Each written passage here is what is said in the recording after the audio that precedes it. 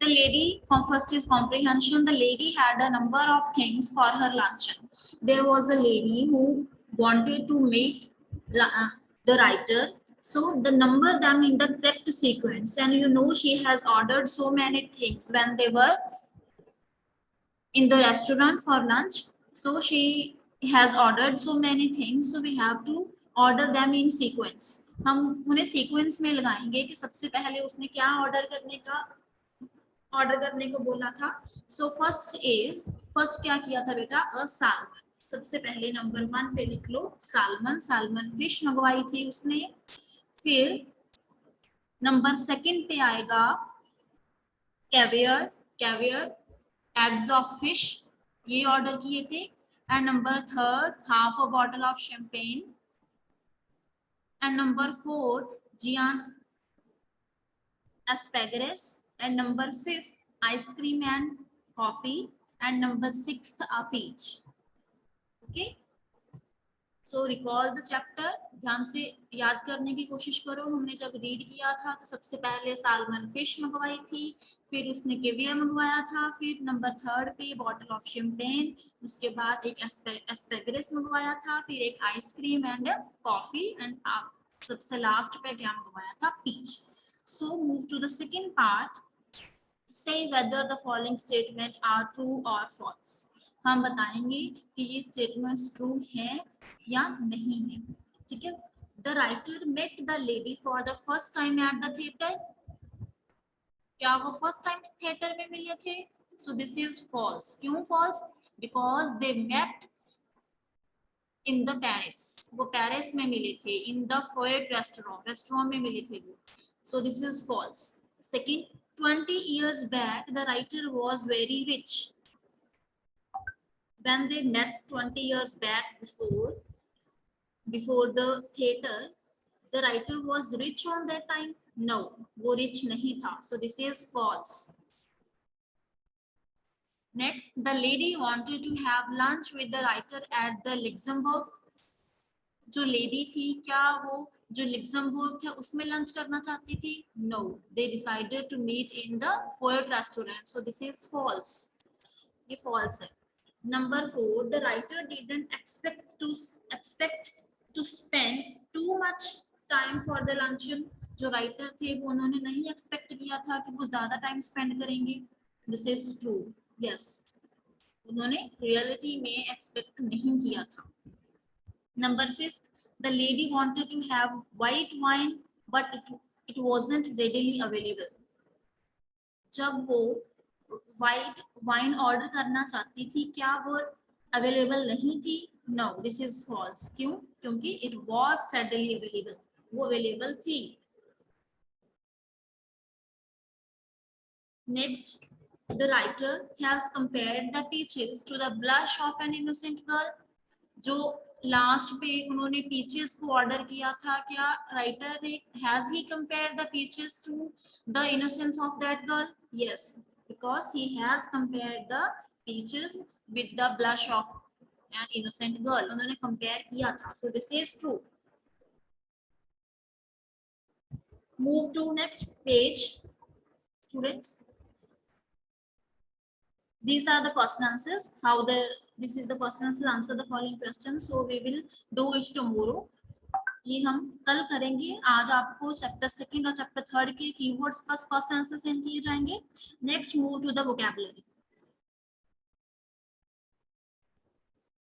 Read each noun given below and list of the adjectives that follows it. है ना? So given आपको in the given below part, here are some adjectives and nouns. Choose 2 adjectives from each list that could be used to describe the noun. तो हमने क्या करना है कि हर एक लाइन में से एडजेक्टिव्स को चूज करने. 2 एडजेक्टिव्स होती है जो हमें किसी चीज की स्पेशलिटी बतानी है ना, स्पेशलिटी पता चले कि क्या चीज स्पेशल है, कैसी है ना. एडजेक्टिव्स बताने हैं जो डिस्क्राइब करे किसी नाउन को. ठीक है. सो then use them to make 4 word phrases as shown in the example. फिर हमने क्या करना है कि जैसे एग्जांपल एक दी गई आपके लिए नाइट, है ना. नाइट क्या है? नाउन है ना. तो नाउन के साथ उस नाइट को हम कैसे डिस्क्राइब करेंगे कि वो नाइट साइलेंट थी, डार्क थी, ओल्ड थी, फास्ट थी, है ना। तो आप उसको फिर आप उसके बाद क्या करेंगे, 4 वर्ड का एक फ्रेज बनाएंगे जैसे इस एग्जांपल में बनाया गया है।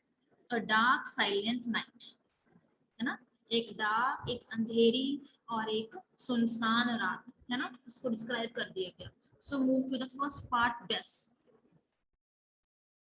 सो हमने 2 एडजेक्टिव्स चूज करने हैं। First is dress. ड्रेस कैसी हो सकती है, टायर्ड, टॉन, स्लो, फ्रेड। तो ड्रेस कैसी हो सकती है, टायर्ड, थकी हुई तो हो नहीं सकती, टॉन, फटी हुई, एंड लास्ट फ्रेड, है ना, फ्रेड हो चुकी थी वो। तो 2 आंसर्स को चूज कर लो, first is torn, second is frayed. Next है वॉयज। वॉयज होता है बेटा ट्रेवलिंग हमारी, है ना, सेलिंग करनी। सो इसमें से आपको 2 आंसर चूज करने होंगे कि वो जो वॉयज थी वो कैसी थी। वॉयज मीन्स जर्नी, वो जर्नी कैसी थी, प्रेटी थी, लॉन्ग थी, है ना, हाउलिंग, बहुत ज्यादा हाउलिंग थी। हाउलिंग का मतलब होता है बहुत ज्यादा एक जिसमें लॉन्ग क्राई प्रोड्यूस की जाती हो। And next word is perilous. So what is the meaning of perilous? Perilous meaning is full of danger. Voyage वो उनकी वो जो ट्रेवलिंग थी, जर्नी थी, वो कैसी थी, पेरिलियस थी और लॉन्ग थी। ठीक है, so these answers are correct. Next है हॉलीडे। हॉलीडे कैसी थी, एक्साइटिंग, है ना, बहुत मजेदार थी, एंड शॉर्ट, बहुत ऐसे ही निकल गई, पता ही नहीं चला डे कैसे निकल गया। तो इसमें से आपको 2 चूज कर लेंगे। नेक्स्ट है फ्लावर्स। फ्लावर्स कैसे होंगे, फ्रेग्रेंस, फ्रेग्रेंस होगी उनमें, है ना, गोल्डन कलर के होंगे वो। सो इनमें से आप इन दोनों को चूज कर लो। नेक्स्ट है ऑडियस। ऑडियस मीन होता है बेटा बहुत ज्यादा किसी चीज का जैसे आप बोल देते हो अनप्लेजेंट होना, है ना। नेक्स्ट है डीप, हार्ट फेल्ट, है ना, जिसको बहुत ज्यादा हम इम्प्रेस हो जाएं। नेक्स्ट है स्टॉर्म। स्टॉर्म कैसा था,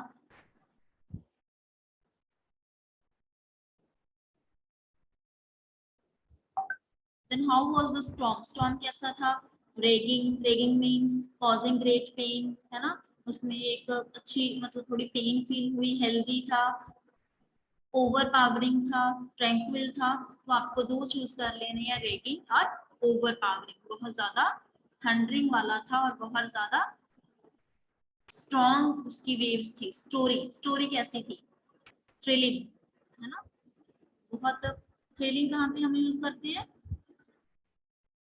बहुत सस्पेंसिव, सस्पेंस वाली, है ना। नेक्स्ट है फ्रेंडली। नेक्स्ट है इंजॉयबल, कैसी थी वो स्टोरी, इंजॉयबल थी। नेक्स्ट है डायलॉग्स। डायलॉग्स कैसे थे, ह्यूमरस थे, मजाकिये थे, विटी थे, है ना, दूसरों पर व्यंग के लिए यूज किए गए थे। नेक्स्ट है मील।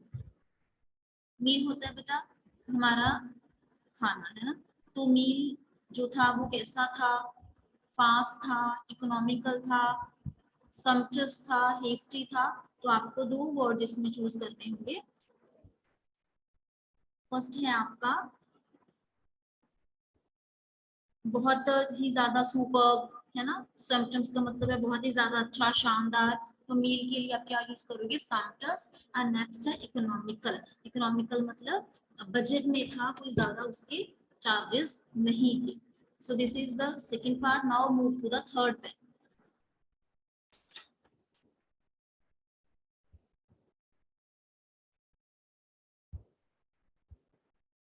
Okay, let's do this. Choose words from the box to complete the following statement about people's profession. You may refer to a dictionary. अब बेटा हमें प्रोफेशन के लोगों के प्रोफेशन के बारे में चूज करना है ना। We have to choose words from the box that is given below. There are so many words and we can refer to dictionary. So first word is the one who builds ship is called. जो ship बनाता है उसे हम क्या बोलते हैं, shipwright. One who builds ship, जो ships बनाता है उसे हम बोलते हैं shipwright. Second है a dash complies the dictionary. जो डिक्शनरीज को कंप्लाई करता है, डिक्शनरी को बनाता है, उसे मैनेज करता है ना, तो उसे हम क्या बोलेंगे, lexicographer. So second one is lexicographer. A dash stuffs the skins of dead animals to give them a lifelike appearance. जो स्टफ करता है डेड एनिमल्स की स्किन को ताकि उन्हें एक लाइफ लाइक अपीयरेंस मिल जाए, उसे क्या हम बोलते हैं, टेक्सिडर्मिस्ट. उसे बोला जाता है taxidermist. The one who studies the working of a human mind. जो ह्यूमन माइंड को पढ़ने के लिए स्टडी करते हैं, उसके लिए ह्यूमन माइंड कैसे काम करता है, उसे हम बोलते हैं psychologist. Psychologist. Next, the person who is in charge of giving assistance to a poor in place like a hospital is called a. वो person जो in charge होता है दूसरों को assist करने के लिए, जो वहाँ पे पुअर आते हैं उनको जैसे हॉस्पिटल में असिस्ट करने के लिए, हेल्प करने के लिए, उसे हम क्या बोलते हैं, almoner. ALMONER, almoner. Next, a dash helps to load or unload ships. जो ships पर सामान रखते हैं, उतारते हैं, लोड करते हैं, अनलोड करते हैं, उसे हम क्या बोलते हैं, स्टीवडोर. उसे हम बोलते हैं stevedore. A dash writes novel. जो नॉवल लिखते हैं उसे हम क्या बोलते हैं, नॉवलिस्ट. अ डैश मेक्स और सेल्स कैंडल्स. जो कैंडल्स को बनाते हैं और उनकी सेलिंग भी करते हैं, उन्हें हम बोलते हैं चैंडलर.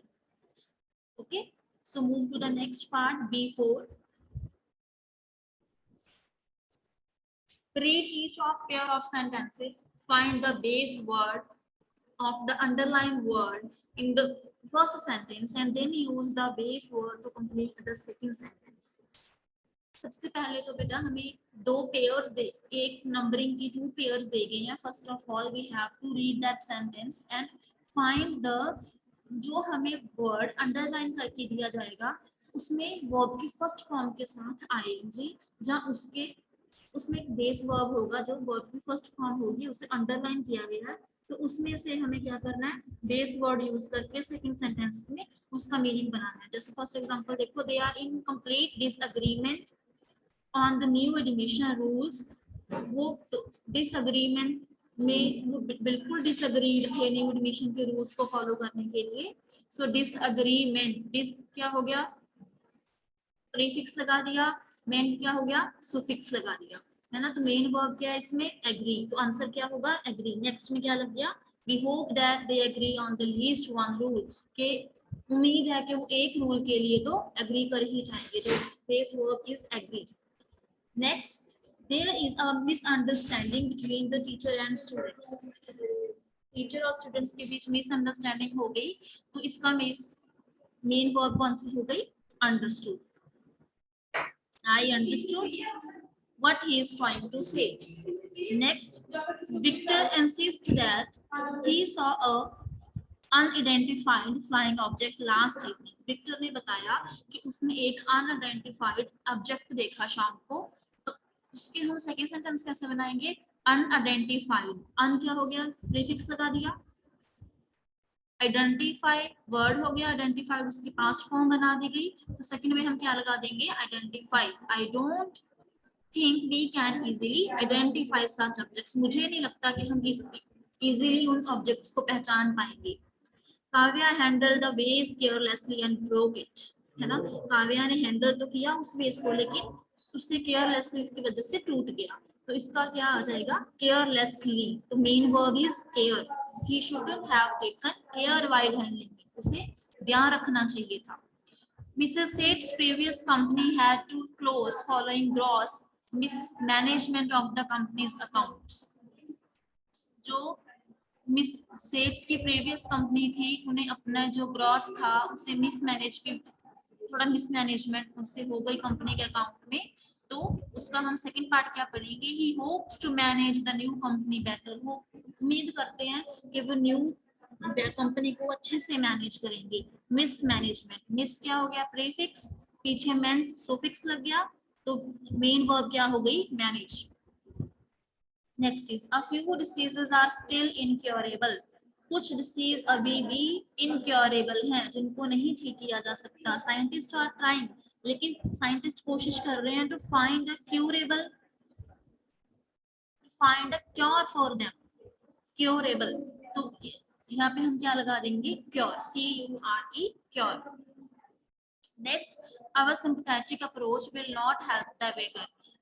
हमारी कोई सिंपैथेटिक अप्रोच नहीं थी उस बेगर की हेल्प ना करने के लिए। Sometimes we need to stop showing any sympathy, कभी कभी हमें सिंपैथी दिखाना स्टॉप करना पड़ता है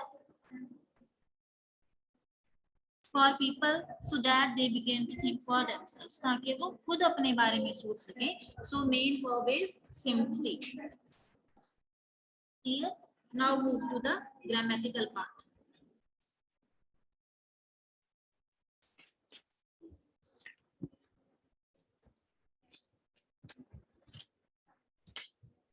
okay, read the following sentence from the story. इस सेंटेंस को हम ध्यान से रीड करेंगे। Read the following sentence from the story. I had a tiny apartment in the Latin Quarter overlooking a cemetery. I was earning barely enough money to keep body and soul together. Writer ने हमें क्या बताया कि जब मेरे पास रहने के लिए एक छोटा सा अपार्टमेंट था और मैं और बहुत मुश्किल से, barely का मतलब है बहुत मुश्किल से, मुझे अपनी बॉडी और सोल को इकट्ठे करने के लिए पैसे मुझे नहीं मिल पाते थे। नेक्स्ट, अब हमें क्या पता चल गया, बेयरली का मीनिंग पता चल गया। बेयरली का मतलब क्या है, मुश्किल से। इट वॉज लॉन्ग सिंस, बहुत लंबा समय से। आई हैड लास्ट सीन हर, मैंने उसे लास्ट टाइम देखा था। And if someone had not mention her name, अगर कोई उसका नाम ना भी मेंशन करता, आई हार्डली, हार्डली का मतलब मैं बहुत मुश्किल से, I hardly think I would have recognised her, फिर भी मैं उसे मुश्किल से पहचान ही लेता। Hardly, barely and scarcely are adverbs. ये क्या है, जो तीनों हैं, हार्डली, बेयरली और स्केरली, एडवर्ब्स हैं, जिसका मतलब क्या होता है, ऑलमोस्ट, है ना, लगभग, जस्ट, अभी ही, only, just and not quite. The words quite, comfortably, clearly are the antonyms of hardly, barely and scarcely, ठीक है। और जो hardly, barely और scarcely के जो antonyms हैं, opposite words हैं, वो हमें दिए गए हैं। कौन कौन से हैं वो, quite, comfortably, clearly. So scarcely is more formal than other two. The most among the three is hardly. I could hardly see in the dark. मैं बहुत मुश्किल से डार्क में देख सकता हूँ। The phrases hardly, ever, scarcely, ever can be used to indicate time frequency. जब हमें टाइम को बताना है, टाइम के बारे में बताना है, कितना टाइम लगता है किसी चीज को करने में, तो उसके लिए हम scarcely, ever, hardly, ever use करते हैं। अब देखो आगे, I hardly ever go to watch a movie in cinema hall. बहुत मुश्किल से मेरे पास टाइम मिलता है सिनेमा हॉल जाने के लिए। Seldom and rarely say how infrequently, uncommonly something happens. Seldom is more than rarely. जो seldom है उसे हम ज्यादा फॉर्मली यूज करते हैं rarely से। सेल्डम का मतलब होता है बेटा जब हम कोई चीज को कभी कभी ही देखें। The star is seldom visible to the naked eye. जो स्टार्स हैं वो कभी कभी ही दिखाई दे सकते हैं हमें नेक्ड आई से।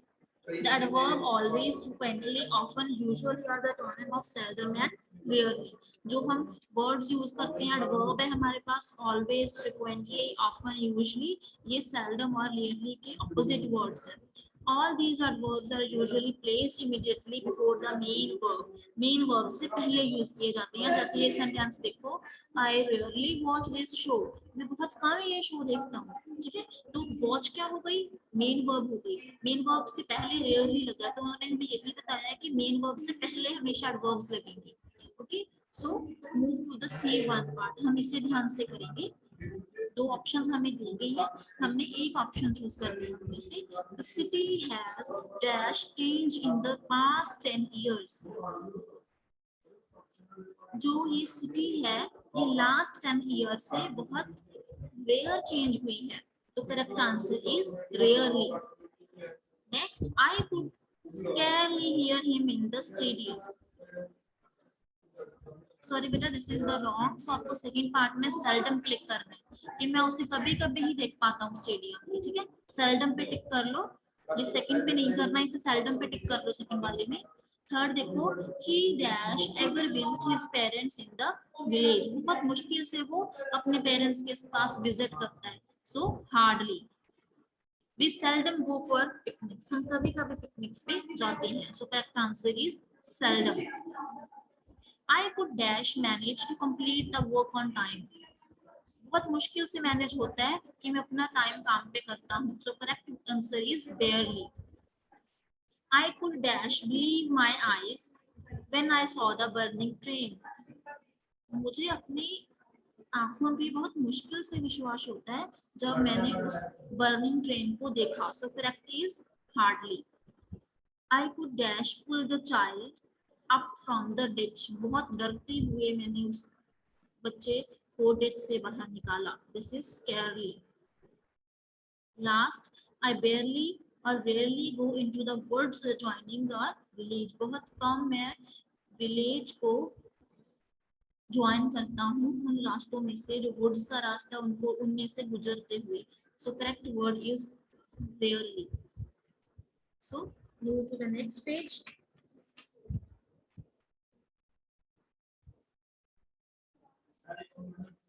Okay, fill in the blanks with seldom, rarely, hardly, barely, scarcely to make sensible sentences.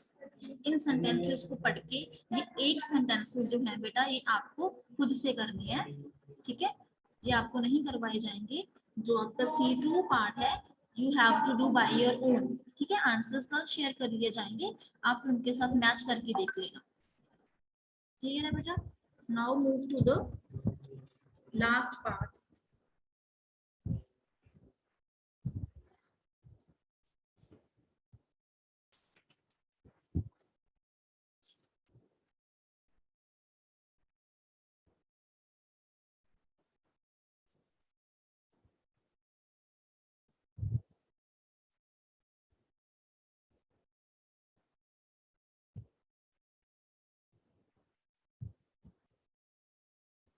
So punctuation, column and semicolon.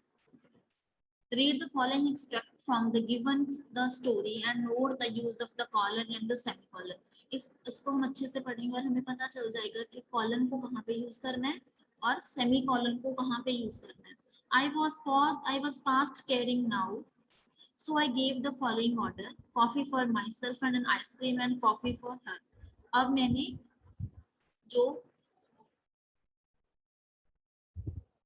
अब मैंने राइटर ने क्या बताया कि अब मैंने केयर पास्ट की केयर करनी छोड़ दी थी, तो मैंने ऑर्डर कर दी कॉफी अपने लिए और आइसक्रीम उस लेडी के लिए। I answered thanking her and presently I received from हर। जहाँ पे बेटा एक बात खत्म होके जैसे उसने क्या बोला कि आई आंसर्ड, मैंने आंसर किया, कॉमा थैंकिंग हर, फिर उसका थैंक्स किया, and presently I received from her another letter saying she was passing from Paris and would like to have a chat with me. अब पहले उसने उसकी कॉल का आंसर दिया, आंसर के बाद उसने उसका थैंक्स किया, तो दो बातें हमें एक ही सेंटेंस में बताई गई हैं, तो वहां पे कॉलम जो है कॉमा का यूज किया गया। उसके बाद जब एक सेंटेंस पूरा खत्म हो गया, would like to have a chat with me, but से कंजक्शन से दोबारा वर्ड स्टार्ट हो रहा है, तो वहां पे सेमी कॉलन का यूज किया गया। बट टाइम वाज लिमिटेड, लेकिन टाइम बहुत लिमिटेड था, and the only free moment she was on the following Thursday. उसके बाद फ्री मोमेंट सिर्फ थर्सडे को था। Thursday she was spending the morning at the Lipscomb and would I give her luncheon at the Foyer afterwards, and they decided for dinner in the Foyer afterwards. So बेटा जो आपका colon है, colon का use कहाँ पे किया जाता है? जब हमने राइटर की अटेंशन ज्यादा गेन करनी हो, है ना। जैसे देखो वी विजिटेड 4 लास्ट ईयर्स, हमने लास्ट ईयर 4 कंट्रीज में विजिट किया। अब अटेंशन पे करने के लिए, ध्यान देने के लिए कॉलन को यूज करके क्या बताया गया? France, Germany, Japan, Australia. तो उससे पहले क्या कॉलन लगाया गया। सेकंड में colon is used to introduce some new information. जब हमें कोई न्यू इन्फॉर्मेशन पता चल रही हो तब भी हम कॉलन का यूज करते हैं। जैसे example, the truth is this, सच्चाई ये है। क्या सच्चाई है उसकी तरफ ध्यान दिलवाने के लिए कॉलन का यूज किया गया, दैट संदेश didn't appear for the interview, उसने इंटरव्यू के लिए अपीयर नहीं किया। Use a colon before the long formal statement, और जब हमने कोई लॉन्ग फॉर्मल स्टेटमेंट देनी हो और कोटेशन लिखनी हो, कोटेशन से पहले भी कॉलन का यूज किया जाता है। जैसे बुकर टी वॉशिंगटन ने क्या बोला, success is to be measured not too much by the position, success को पोजीशन के साथ मेजर नहीं किया जा सकता। That one has reached in life as the obstacles which he has overcome, जो ऑब्स्टेकल्स लाइफ में आते हैं उनको गुजरते हुए, उनको ओवरकम करते हुए हमें सक्सेस का पता चलता है।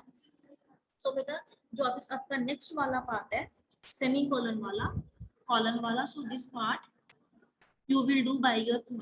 तो आपका होमवर्क क्या है, C2 पार्ट आप खुद करोगे, C3 and C4 you will do by your own. Clear?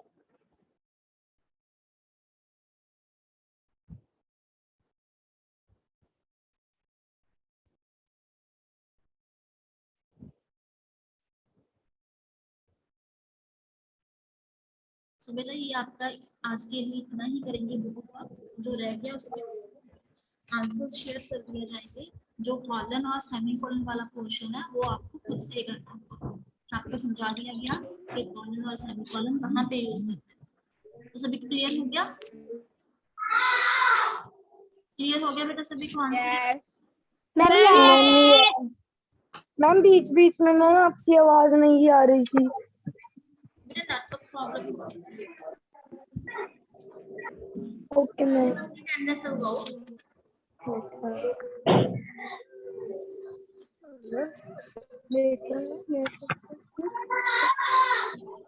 आशदीप Singh 2819, ma'am yes. Bhupinder Singh,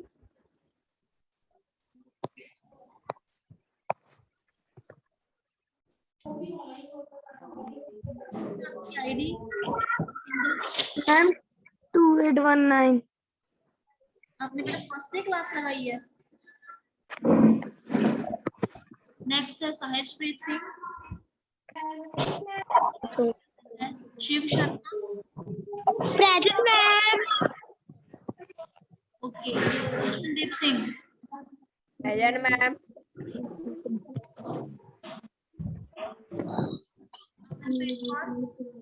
Jashan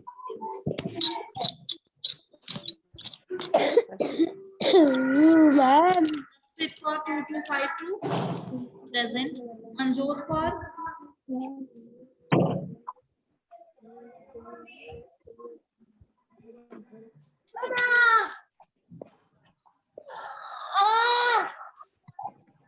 Manjot present,